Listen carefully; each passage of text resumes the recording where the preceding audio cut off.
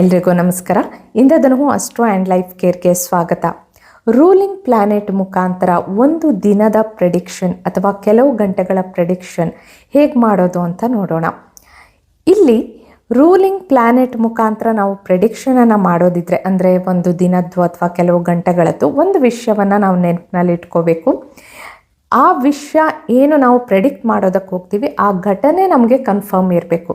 ಈಗ ಎಕ್ಸಾಂಪಲ್ ಆಗಿ ಮಕ್ಕಳು ಸ್ಕೂಲಿಗೆ ಹೋಗಿದ್ದಾರೆ, ಏನೋ ಒಂದು ಫಂಕ್ಷನ್ ಇದೆ, ಬಂದೇ ಬರ್ತಾರೆ, ಆದರೆ ಎಷ್ಟು ಗಂಟೆಗೆ ಅಂತ ಗೊತ್ತಿಲ್ಲ. ನಾವಿಲ್ಲಿ ಗಂಟೆಯನ್ನು ಪ್ರೆಡಿಕ್ಟ್ ಮಾಡ್ತೀವಿ. ಅದೇ ರೀತಿ ಆಫೀಸಿಗೆ ಹೋಗಿದ್ದಾರೆ, ಬರ್ತಾರೆ, ಆದರೆ ಮೀಟಿಂಗ್ ಇದೆ, ಏನೋ ಒಂದು ಕೆಲಸ ಇದೆ, ಸರಿ ಎಷ್ಟೊತ್ತಿಗೆ ಬರ್ತಾರೆ. ಅದೇ ರೀತಿ ವರ್ಕರ್ಸ್ ಇರ್ಬೋದು. ಈ ರೀತಿ ನಾವು ಘಟನೆಗಳು ಕನ್ಫರ್ಮ್ ಇದೆ, ಆದರೆ ಎಷ್ಟು ಸಮಯಕ್ಕೆ ಅಂತ ಗೊತ್ತಿಲ್ಲ. ಆ ಸಮಯವನ್ನು ಪ್ರೆಡಿಕ್ಟ್ ಮಾಡೋದಕ್ಕೆ ನಾವಿಲ್ಲಿ ನೋಡ್ತೇವೆ. ಯಾಕೆ ಅಂತಂದರೆ ಕೆಲವೊಂದು ಸಾರಿ ನಮ್ಮ ಕೆಲಸಗಳು ಏನಿರುತ್ತೆ ಅವರು ಬರುವಂಥ ಸಮಯವನ್ನು ಆಧರಿಸಿ ಇರುತ್ತೆ. ಅವ್ರು ಬರೋದ್ರೊಳಗೆ ಇಂತಿಷ್ಟು ಕೆಲಸ ಮುಗ್ಕೋಬೇಕು ಅಥವಾ ಅವ್ರು ಬಂದ ಮೇಲೆ ಹೀಗೆ ಮಾಡ್ಕೋಬೇಕು, ಎಲ್ಲ ಪ್ಲ್ಯಾನಿಂಗ್ ಇರುತ್ತೆ. ಅಂಥ ಸಂದರ್ಭದಲ್ಲಿ ಇದು ಬಹಳ ಉಪಯುಕ್ತವಾಗುತ್ತೆ. ಅದೇ ರೀತಿ ಒಂದು ದಿನದ ಪ್ರೆಡಿಕ್ಷನನ್ನು ಮಾಡೋದಿದ್ರೆ ಅಲ್ಲಿ ಚಂದ್ರನನ್ನು ತೆಗೆದುಕೊಳ್ತೇವೆ, ಅಥವಾ ಕೆಲವೊಂದು ಗಂಟೆಗಳ ಪ್ರೆಡಿಕ್ಷನನ್ನು ಮಾಡೋದಿದ್ರೆ ನಾವು ಲಗ್ನವನ್ನು ತೆಗೆದುಕೊಳ್ತೇವೆ. ಹಾಗಾದರೆ ಇಲ್ಲಿ ನಾವು ಡೇ ಪ್ರೆಡಿಕ್ಷನನ್ನು ಮಾಡ್ತಾ ಇಲ್ಲ, ಕೆಲವು ಗಂಟೆಗಳ ಪ್ರೆಡಿಕ್ಷನನ್ನು ಮಾಡ್ತಿದ್ದೇವೆ. ಆ ಗಂಟೆಗಳಲ್ಲಿ ಯಾವ ಸಮಯಕ್ಕೆ ಏನಾಗುತ್ತೆ ಅಂತಕ್ಕಂಥದ್ದು ಇದನ್ನು ನಾವು ಮುಂದೆ ಎಕ್ಸಾಂಪಲ್ ಮುಖಾಂತರ ನೋಡೋಣ. ಆದರೆ ಇಲ್ಲಿ ಘಟನೆ ಕನ್ಫರ್ಮ್ ಇರಬೇಕು ಒಂದು. ಹಾಗಾದರೆ ರೂಲಿಂಗ್ ಪ್ಲ್ಯಾನೆಟ್ ಹೇಗೆ ತಗೋಬೇಕು? ರೂಲಿಂಗ್ ಪ್ಲ್ಯಾನೆಟನ್ನು ತಗೋಬೇಕಾದ್ರೆ ಆ ದಿನದ ಡೇ ಲಾರ್ಡ್, ಅಂದರೆ ಈಗ ಸೋಮವಾರ ಇದೆ ಅಂತಂದರೆ ಚಂದ್ರ, ಮಂಗಳವಾರ ಮಂಗಳ, ಬುಧವಾರ ಬುಧ, ಗುರುವಾರ ಗುರು, ಈ ರೀತಿ ಆ ದಿನದ ಅಧಿಪತಿ, ಅದು ಒಂದಾಯಿತು. ಇನ್ನೊಂದು, ಚಂದ್ರ ಯಾವ ಒಂದು ರಾಶಿಯಲ್ಲಿ ಕುಳಿತಿದ್ದಾನೆ ಅದರ ಒಂದು ಅಧಿಪತಿ. ಅದೇ ರೀತಿಯಲ್ಲಿ ಚಂದ್ರ ಯಾವ ನಕ್ಷತ್ರದಲ್ಲಿ ಕುಳಿತಿದ್ದಾನೆ ಅದರ ಅಧಿಪತಿ. ಚಂದ್ರ ಇಲ್ಲಿ ಯಾವ ಉಪ ಅಧಿಪತಿಯಲ್ಲಿ ಕುಳಿತಿದ್ದಾನೆ ಆ ಒಂದು ಅಧಿಪತಿ. ಹಾಗೆಯೇ ಇಲ್ಲಿ ಲಗ್ನ ಯಾವ ಒಂದು ರಾಶಿಯಲ್ಲಿ ಕುಳಿತಿದೆ ಅದರ ಅಧಿಪತಿ. ಹಾಗೆಯೇ ಲಗ್ನ ಯಾವ ನಕ್ಷತ್ರದಲ್ಲಿ ಕುಳಿತಿದೆ ಅದರ ಅಧಿಪತಿ. ಅದೇ ರೀತಿ ಇಲ್ಲಿ ಲಗ್ನ ಯಾವ ಉಪ ಅಧಿಪತಿಯಲ್ಲಿ ಕುಳಿತಿದೆ ಅದರ ಒಂದು ಉಪ ಅಧಿಪತಿ. ಇಲ್ಲಿ ಇವುಗಳನ್ನು ನಾವು ಕನ್ಸಿಡರ್ ಮಾಡ್ತೇವೆ ರೂಲಿಂಗ್ ಪ್ಲ್ಯಾನೆಟಲ್ಲಿ. ಕೆಲವೊಂದು ಸಾರಿ ಉಪ ಅಧಿಪತಿಗಳನ್ನು ಅಂದರೆ ಲಗ್ನ ಅಥವಾ ಚಂದ್ರ ಇರ್ತಕ್ಕಂಥ ಉಪ ಅಧಿಪತಿಗಳನ್ನು ಸಹ ಇಲ್ಲಿ ಕೆಲವೊಂದು ಸಾರಿ ಕೈ ಬಿಡಲಾಗುತ್ತೆ. ಆದರೆ ಡೇ ಪ್ರೆಡಿಕ್ಷನಲ್ಲಿ ಇದರ ಅಷ್ಟೊಂದು ಅವಶ್ಯಕತೆ ಇರಲ್ಲ. ಆದರೆ ಕೆಲವು ಗಂಟೆಗಳ ಪ್ರೆಡಿಕ್ಷನ್ ಮಾಡುವಾಗ ನಮಗೆ ಉಪ ಅಧಿಪತಿಗಳ ಅಗತ್ಯ ಇರುತ್ತೆ. ಅದಕ್ಕೆ ನಾವು ಇಲ್ಲಿ ಈ ರೀತಿ ರೂಲಿಂಗ್ ಪ್ಲ್ಯಾನೆಟನ್ನು ತೆಗೆದುಕೊಳ್ತೇವೆ. ಸರಿ, ಹಾಗಾದರೆ ಈಗ ಯಾವ ರೀತಿ ಪ್ರೆಡಿಕ್ಷನ್ ಮಾಡೋದು ಅಂತ ನೋಡೋಣ. ಇಲ್ಲಿ ಒಂದು ಎಕ್ಸಾಂಪಲನ್ನು ತೆಗೆದುಕೊಳ್ಬೇಕಾದ್ರೆ ಬುಧವಾರ ದಿವಸ 20 ಮೇ ಆ ದಿವಸ ನಮ್ಮನೆಗೆ ಕೆಲಸದವರು ಬರಬೇಕಾಗಿತ್ತು. ಅವರು ಬರ್ತೀನಿ ಅಂತ ಹೇಳ್ತಾ ಇದ್ದರು. ಸರಿ, ಬೆಳಗ್ಗೆ 11 ಗಂಟೆ ಆಯಿತು, ಇನ್ನೇನು ಬೆಳಗ್ಗೆನೇ ಬರ್ತೀನಿ ಅಂತ ಅಂದಿದ್ದಾರೆ, ಇನ್ನು ಬರಲಿಲ್ಲ ಅಂತ ಫೋನ್ ಮಾಡಿದಾಗ ಇಲ್ಲ, ಇಲ್ಲಿ ಇನ್ನೊಂದು ಕಡೆ ಬಂದಿದ್ದೀವಿ, ಅಲ್ಲಿ ಕೆಲಸ ಮುಗಿಸ್ಬೇಕು ಅಂತ. ಸರಿ, ಎಷ್ಟೊತ್ತಿಗೆ ಬರ್ತಾರೆ ಅದಕ್ಕೆ ಅನುಸಾರವಾಗಿ ನಮ್ಮ ಕೆಲಸಗಳನ್ನು ನಾವು ಸೆಟ್ ಮಾಡ್ಕೋಬೇಕಲ್ಲ. ಅದಕ್ಕೋಸ್ಕರ ಸರಿ ಸ್ವಲ್ಪ ಹೀಗೆ ವೇಟ್ ಮಾಡಿ 12:30 ಆಯಿತು. ಸರಿ, ಈಗ ನಾವು ರೂಲಿಂಗ್ ಪ್ಲ್ಯಾನೆಟನ್ನು ಉಪಯೋಗಿಸಿ ನೋಡೋಣ ಅಂತ ವಿಚಾರ ಬಂತು. ಯಾಕೆಂದರೆ ಎಷ್ಟೊತ್ತಿಗೆ ಬರ್ತಾರೆ, 12:30 ಆಗೋಯ್ತು, ಇನ್ನೂ ಬಂದಿಲ್ಲ. ಸರಿ, ಆಗ ರೂಲಿಂಗ್ ಪ್ಲ್ಯಾನೆಟನ್ನು ಆಧರಿಸಿ ಕಂಡುಹಿಡಿಯೋದಕ್ಕೆ ನೋಡಲಾಯಿತು ಎಷ್ಟೊತ್ತಿಗೆ ಬರ್ತಾರೆ ಅಂತ.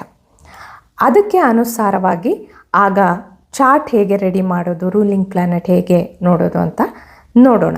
ಇಲ್ಲಿ ಸ್ಕ್ರೀನ್ ಮೇಲೆ ಕಾಣಿಸ್ತಾ ಇದೆ 20 ಮೇ. ಅಲ್ಲಿ 20 ಮೇಗೆ ಯಾವ ಥರ ಒಂದು ಕುಂಡ್ಲಿ ರೆಡಿ ಆಗಿದೆ 12:30ಗೆ. ಇದು ತಮ್ಮ ಎದುರಿಗೆ ರೆಡಿ ಆಗಿರ್ತಕ್ಕಂಥದ್ದು. ಇಲ್ಲಿ ನಮಗೆ ವಿಶೇಷವಾಗಿ ಕುಂಡಲಿಯ ಅವಶ್ಯಕತೆ ಬೀಳಲ್ಲ, ಆದರೆ ಇಲ್ಲಿ ತಮ್ಮ ಒಂದು ಅನುಕೂಲಕ್ಕೋಸ್ಕರ ಸಮಯವನ್ನು ಅಷ್ಟೇ ತೋರಿಸಲಾಗಿದೆ. ಆ ಒಂದು ದಿನದಲ್ಲಿ ಹೇಗಿತ್ತು ಅಂದರೆ ಲಗ್ನ ಯಾವ ಒಂದು ರಾಶಿಯಲ್ಲಿ ಇತ್ತು, ಆ ರಾಶಿಯ ಅಧಿಪತಿ ಯಾರಾಗಿದ್ರು? ಇಲ್ಲಿ ಲಗ್ನದ ರಾಶಿಯ ಅಧಿಪತಿ ಆಗ ಸೂರ್ಯ, ಹಾಗೆ ನಕ್ಷತ್ರ ಅಧಿಪತಿ ಕೇತು ಇತ್ತು, ಹಾಗೆ ಒಂದು ಉಪ ಅಧಿಪತಿ ರಾಹು. ಅದೇ ರೀತಿ ನಾವು ಇಲ್ಲಿ ಚಂದ್ರನನ್ನು ತೆಗೆದುಕೊಳ್ತೀವಿ. ಯಾಕೆ ಅಂತಂದರೆ ಒಂದು ದಿನದಲ್ಲಿ ನಡೀತಕ್ಕಂತಹ ಸಂದರ್ಭ ಆಗಿರೋದ್ರಿಂದ ಅಲ್ಲಿ ರೂಲಿಂಗ್ ಪ್ಲ್ಯಾನೆಟ್ಗೋಸ್ಕರ ನಾವು ರೂಲ್ ಪ್ರಕಾರ ಈಗ ಚಂದ್ರ ಒಂದು ಬುಧನ ಒಂದು ರಾಶಿಯಲ್ಲಿ ಇದ್ದಿದ್ದರಿಂದ ಬುಧನನ್ನು ಒಂದು ರಾಶಿಯ ಅಧಿಪತಿಯಾಗಿ ತೆಗೆದುಕೊಳ್ತೀವಿ. ಹಾಗೆಯೇ ಒಂದು ನಕ್ಷತ್ರ ಅಧಿಪತಿಯಾಗಿ ಗುರು, ಯಾಕೆ ಅಂತಂದರೆ ಚಂದ್ರ ಆ ನಕ್ಷತ್ರದಲ್ಲಿ ಗುರುವಿನ ನಕ್ಷತ್ರದಲ್ಲಿ ಕುಳಿತಿರೋದ್ರಿಂದ, ಹಾಗೆ ಆ ಒಂದು ಸಂದರ್ಭದಲ್ಲಿ ಉಪ ಅಧಿಪತಿ ಬುಧ ಆಗಿರ್ತಕ್ಕಂಥದ್ದು. ಹಾಗಾದರೆ ಇಲ್ಲಿ ನಾವು ಈಗ ಹೇಗೆ ಕಂಡುಹಿಡಿತಕ್ಕಂಥದ್ದು? ಈಗ ನಮಗೆ ರೂಲಿಂಗ್ ಪ್ಲ್ಯಾನೆಟ್ಗಳು ಎಲ್ಲ ಸಿಕ್ಕಿದು. ಹಾಗಾದರೆ ರೂಲಿಂಗ್ ಪ್ಲ್ಯಾನೆಟ್ಗೆ ಯಾವ ಥರ ಕಂಡುಹಿಡಿಯೋದು? ಈಗ ನಮಗೆ ಕೆಲವು ಗಂಟೆಗಳಲ್ಲಂತೂ ಬಂದೇ ಬರ್ತಾರೆ ಅಂತಕ್ಕಂಥದ್ದು ಸರಿ. ಹಾಗಾದರೆ ಈಗ ನಮಗೆ ರೂಲಿಂಗ್ ಪ್ಲ್ಯಾನೆಟಲ್ಲಿ ನೋಡುವಾಗ ಒಂದು ಅಂಶವನ್ನು ನಾವು ಗಮನದಲ್ಲಿ ಇಡಬೇಕು. ಯಾವುದಾದ್ರೂ ಒಂದು ಅಧಿಪತಿ ಜಾಸ್ತಿ ಬಂದಿದೆಯಾ ಅಂತ. ಈಗ ಫಾರ್ ಎಕ್ಸಾಂಪಲ್ ಬುಧ ಇದ್ದರೆ, ಬುಧ ಆಗ ದಿನದ ಅಧಿಪತಿ ಇತ್ತು, ದಿನದ ಅಧಿಪತಿಯನ್ನು ನಾವು ಲಾಸ್ಟ್ ಇಂಪಾರ್ಟೆನ್ಸ್ ಕೊಡೋದು.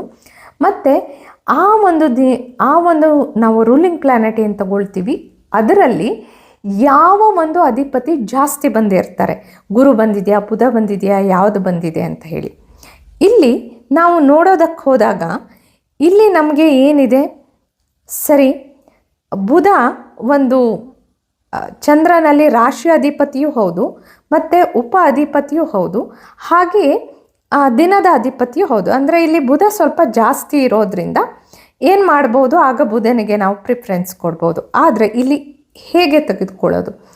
ಇಲ್ಲಿ ನಮಗೆ 12ವರೆಗೆ ಹಾಕಿದ್ರಿಂದ ಆ ಸಮಯದಲ್ಲಿ ನಮಗೆ ಲಗ್ನಕ್ಕೆ ಸಂಬಂಧಪಟ್ಟಂತೆ ಲಗ್ನದ ಇರ್ತಕ್ಕಂತಹ ರಾಶಿ ಸೂರ್ಯನ ರಾಶಿ ಇತ್ತು, ಮತ್ತು ನಕ್ಷತ್ರ ಲಾರ್ಡ್ ಕೇತು ಇತ್ತು, ಉಪ ಅಧಿಪತಿ ರಾಹು ಇತ್ತು. ಅಂಥ ಸಂದರ್ಭದಲ್ಲಿ ಇಲ್ಲಿ ನಮಗೆ ಈಗ ಸೂರ್ಯ ಅಂತೂ ಆಯಿತು, ರೂಲ್ ಔಟ್ ಆಯಿತು, ಕೇತು ಇಲ್ಲ, ರಾಹು ಇಲ್ಲ. ಯಾಕೆ ಅಂತಂದರೆ ಅದು 12ವರೆಗೆ ಸಂಬಂಧಪಟ್ಟಂತಹ ಒಂದು ಸಂದರ್ಭ ಆಗಿದ್ದರಿಂದ ನಾವು ಲಗ್ನಕ್ಕೆ ಸಂಬಂಧಪಟ್ಟಿದ್ದು ಸೂರ್ಯ ಕೇತು ರಾಹುವನ್ನು ತೆಗೆದುಕೊಳ್ಳೋ ಹಾಗಿಲ್ಲ ರೂಲಿಂಗ್ ಪ್ಲ್ಯಾನೆಟನ್ನು.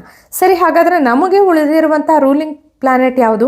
ಚಂದ್ರ ಯಾವ ರಾಶಿಯ ಅಧಿಪತಿ ಮತ್ತು ನಕ್ಷತ್ರ ಅಧಿಪತಿ ಯಾರು, ಆ ಸಂದರ್ಭದಲ್ಲಿ ಚಂದ್ರನಿಗೆ ಸಂಬಂಧಪಟ್ಟಂತೆ ಉಪ ಅಧಿಪತಿ ಯಾರು, ಅದನ್ನು ನಾವು ನೋಡೋದಾದರೆ ಬುಧ, ಗುರು ಮತ್ತು ಬುಧ ಇರ್ತಕ್ಕಂಥದ್ದು.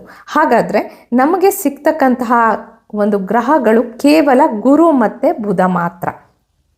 ಹಾಗಾದರೆ ಈಗ ನಮಗೆ ಉಪ ಅಧಿಪತಿ ಅಂದರೆ ಲಗ್ನ ಒಂದು ವೇಳೆ ಬುಧ ಉಪ ಅಧಿಪತಿಯಲ್ಲಿ ಅಥವಾ ಗುರು ಉಪ ಅಧಿಪತಿಯಲ್ಲಿ ಬಂದಾಗ ಏನಾಗುತ್ತೆ, ಘಟನೆ ಘಟಿಸುತ್ತೆ. ಹಾಗಾದರೆ ಈ 12ವರೆಯಿಂದ ಆಗ ನಾವು ಚೇಂಜ್ ಮಾಡಿ ನೋಡ್ತಾ ಹೋಗಬೇಕು. ಲಗ್ನ ಬುಧ ಅಥವಾ ಗುರುವಿನ ಉಪ ಅಧಿಪತಿಯಲ್ಲಿ ಬರುತ್ತಾ ಅಂತ. ಆದರೆ ಇಲ್ಲಿ ಗಮನಿಸಬೇಕಾದಂಥ ಅಂಶ ನಾವು ಆಗಲೇ ನೋಡಿದ್ವಿ, ಬುಧ ಸ್ವಲ್ಪ ಜಾಸ್ತಿ ಇದೆ, ಅಂದರೆ ಫಸ್ಟ್ ಪ್ರಿಫರೆನ್ಸು, ಆಮೇಲೆ ಗುರು, ಬುಧ ಜಾಸ್ತಿ ಇದ್ದಿದ್ದರಿಂದ. ಸರಿ, ಈಗ ನಾವು ನೋಡೋಣ ಇಂತಹ ಒಂದು ಸಂದರ್ಭದಲ್ಲಿ ನಮಗೆ ಹಾಕಿ ನೋಡಿದಾಗ, ಅಂದರೆ 1 ಗಂಟೆಗೆ ನೋಡಿದಾಗ, 1:30 ನೋಡಿದಾಗ, ಹೀಗೆ ಎಲ್ಲ ಒಂದು ಸ್ವಲ್ಪ ಸಮಯವನ್ನು ಹಾಕಿ ನೋಡಬೇಕಾಗತ್ತೆ. ನೋಡಿದಾಗ 2:00 ಮಧ್ಯಾಹ್ನ 2:00 ಇಲ್ಲಿ ನೋಡಿ ಲಗ್ನ ಬುಧ ಉಪ ಅಧಿಪತಿಯಲ್ಲಿ ಬಂದಿದೆ. ಸರಿ, ಆಗ ಪ್ರೆಡಿಕ್ಟ್ ಮಾಡಲಾಯಿತು ಏನು, ಬುಧ ಉಪ ಅಧಿಪತಿ ಇರೋದ್ರಿಂದ ಇಲ್ಲಿ 2:00 ಮಧ್ಯಾಹ್ನ 2:00 ಬರ್ತಾರೆ ವರ್ಕರ್ಸ್ ಅಂತ. ಸರಿ, ಬೇರೆ ಬೇರೆ ಕೆಲಸಗಳನ್ನೆಲ್ಲ ಮುಗಿಸ್ಕೊಳ್ಳಾಯಿತು. ಯಾಕೆ ಅಂತಂದರೆ ವರ್ಕರ್ಸ್ ಅಷ್ಟೊತ್ತಿ ಬರ್ತಾರೆ ಅಂತ ಹೇಳಿ ಒಂದು ರೀತಿ ಸಮಾಧಾನದಿಂದ ಬೇರೆ ಎಲ್ಲ ಕೆಲಸಗಳನ್ನು ಮಾಡಿಕೊಳ್ಳಾಯಿತು. ವರ್ಕರ್ಸ್ ಕರೆಕ್ಟಾಗಿ 12:30 ಯಾವ ಫೋನನ್ನು ಮಾಡಿಲ್ಲ, ಏನೂ ಮಾಡಿಲ್ಲ, ಬೇರೆ ಬೇರೆ ಕೆಲಸಗಳನ್ನ ಮಾಡಿಕೊಳ್ಳಾಯಿತು. ಕರೆಕ್ಟಾಗಿ 2:30 ಗಂಟೆಗೆ ವರ್ಕರ್ಸ್ ಮನೆಗೆ ಬಂದರು. ಇದು ಏನನ್ನು ಸೂಚಿಸುತ್ತೆ ಅಂತಂದರೆ ನಾವು ರೂಲಿಂಗ್ ಪ್ಲ್ಯಾನೆಟ್ ಮುಖಾಂತರ ಈ ಥರ ನಾವು ಪ್ರೆಡಿಕ್ಟ್ ಮಾಡ್ಬೋದು, ಸಮಯದ ಪ್ರೆಡಿಕ್ಷನನ್ನು ಮಾಡ್ಬೋದು. ನಾವು ಕೆಲವು ಗಂಟೆಗಳಿದ್ದರೆ ನಾವು ಅದೇ ಹಿಂದೆ ಹೇಳಿದ ಹಾಗೆ ಒಂದು ಲಗ್ನವನ್ನು ತೆಗೆದುಕೊಳ್ತಕ್ಕಂಥದ್ದು, ಅದರ ಸ್ವಲ್ಪ ಉಪ ಅಧಿಪತಿ ನಾವು ರೂಲಿಂಗ್ ಪ್ಲ್ಯಾನೆಟಲ್ಲಿ ಬರಬೇಕು. ರೂಲಿಂಗ್ ಪ್ಲ್ಯಾನೆಟು ಯಾವುದನ್ನು ಹೇಗೆ ತೆಗಿಬೇಕು ಅಂತ ನೋಡಲಾಗಿದೆ, ಯಾವುದನ್ನು ಉಳಿಸ್ಕೋಬೇಕು ಅಂತ ನೋಡಲಾಗಿದೆ, ಅದರ ಆಧಾರದ ಮೇಲೆ ನಾವು ಗಮನಿಸ್ತಕ್ಕಂಥದ್ದು. ಈ ರೀತಿ ನಾವು ಡೇ ಪ್ರೆಡಿಕ್ಷನ್ನು ಅದೇ ರೀತಿ ಮಾಡ್ಬೋದು. ಅದಾಗ ಚಂದ್ರನ ಆಧಾರದ ಮೇಲೆ ಹೋಗಬೇಕು. ಅದೇ ರೀತಿ ಕೆಲವು ಗಂಟೆಗಳು ಅಂತಂದಾಗ ನಾವು ಲಗ್ನದ ಮೇಲೆ ನೋಡ್ಬೋದು. ಮುಂದಿನ ಸಂಚಿಕೆಯಲ್ಲಿ ನಾವು ಮತ್ತಷ್ಟು ವಿಷಯಗಳೊಂದಿಗೆ ಹಾಜರಾಗೋಣ. ಅಲ್ಲಿಯವರೆಗೆ ಶುಭಮಸ್ತು. ಧನ್ಯವಾದಗಳು.